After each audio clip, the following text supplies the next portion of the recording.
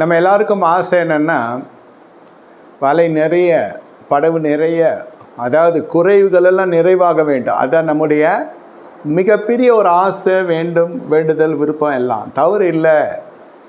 அது தவறு இல்லை. நம்முடைய விருப்பம் நிரம்பி வழிகிற ஆசீர்வாதம், தோல்வியற்ற ஜீவியம், என்ன நமக்கு கர்த்தனுக்கு நெருங்கி இருக்கணும், பூமிக்குரிய ஆசீர்வாதம் நிரம்பி வழியணும், ஆவிக்குரிய ஆசீர்வாதம் நமக்கு தெரிந்த அளவுக்கு இருந்தால் போதும். பக்கத்தில் இருக்கிறவங்க அந்நிய பாஷை பேசுகிறாங்க, நானும் பேசுகிறேன்.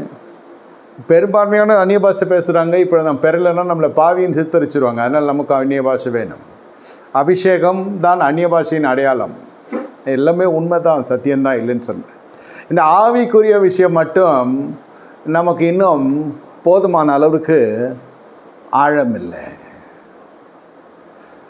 ஆவிக்குரியவர்களுடைய வாழ்க்கையில் பொருளாதார ஆசீர்வாதம் எப்படி வருகிறது என்று கேட்டால்,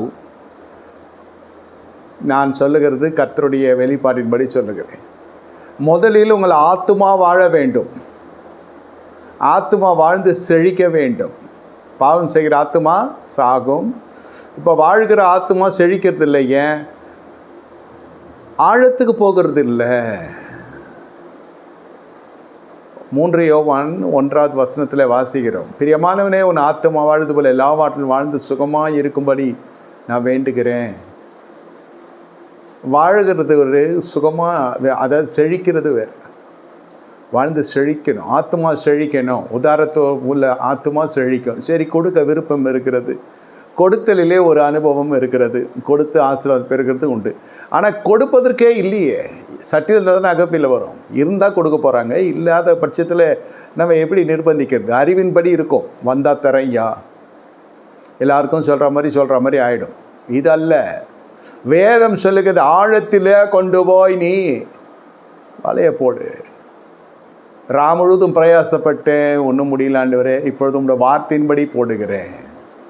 முதலில் இந்த பேதுருடைய பேச்சில் இருக்கிற ஒரு அபிஷேகம் பெறலனாலும் அந்த வார்த்தை பாருங்கள், உங்களுடைய வார்த்தையின்படி செய்கிறேன்.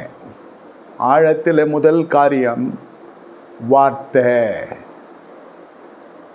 வார்த்தை கீழ்ப்படிதான் காட்டிலும் கீழ்ப்படிய ஆயத்தமாக இருக்கிறவனுக்கு வார்த்தை கிடைக்காது. வார்த்தை கிடைத்தவனுக்கு கீழ்ப்படிய முடியாது.